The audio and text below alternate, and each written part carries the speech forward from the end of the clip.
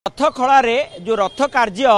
परंपरा मुताबक करा जाय थाए संपन्न करा जाय थाए जेमती अक्षय तृतीया रे रथ निर्माण कार्य आरंभ होइतला एवं नृसिंह चतुर्दशी रे रूपकार सेवक माने तांको कार्य करथिले सिंह विराळ आदि खोदे कार्य करथिले। आज होची सावित्री अमावास्या एवं ए अमावास्या तिथि रे दंडा अनुकूल करा जाय थाए जेमती चको ऊपर जो दंडा पड़े एवं दंडा पड़िबा परे पूरा पूरी चको अख जो संजय करा जाय थाए पूरा 42 गोटी चक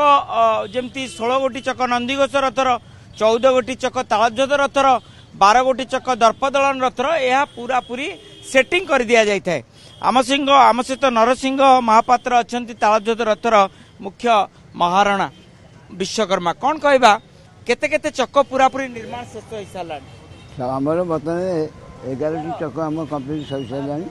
आ 3टी चक अच्छी 3टा चक्र आज बर्तमान जोड़े उठीज आउ गोटे चक्र जो रहा से लास्ट चक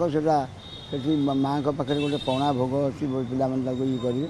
से पणा भोग सरला से सिंहटा आम हाथ को आसला आम पई नदी पई बिंध करने जीवुर होलटा मझी होलटा से मेसीन कर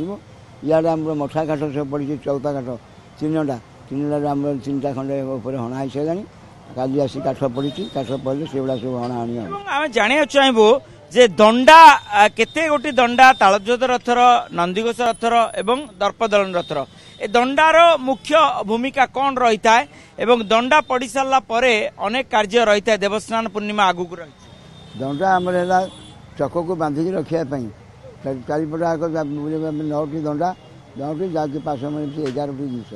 ये 11टी आग जिनस आम संपूर्ण अखधरे बांधि रही बांधि रहा से तल फाउंडेसन फ्रेमटा गोटे सी सब मिसिक गोटे होगापर आम दंडा चढ़ चढ़ी अनुकूल हो चढ़ चढ़ला से गोड़ी गारिया हम गोड़ी गारिया गोड़ी गारिया से नेउटा हम नेउटा हो गरगरा कंठ पड़ो निश्चित आप शुणुले दंडा हूँ मेन फ्रेम जो चक संजय करा जाइथिला भौरी तिथि रे से भावे 42 गोटी चक संजय करा जिबा परे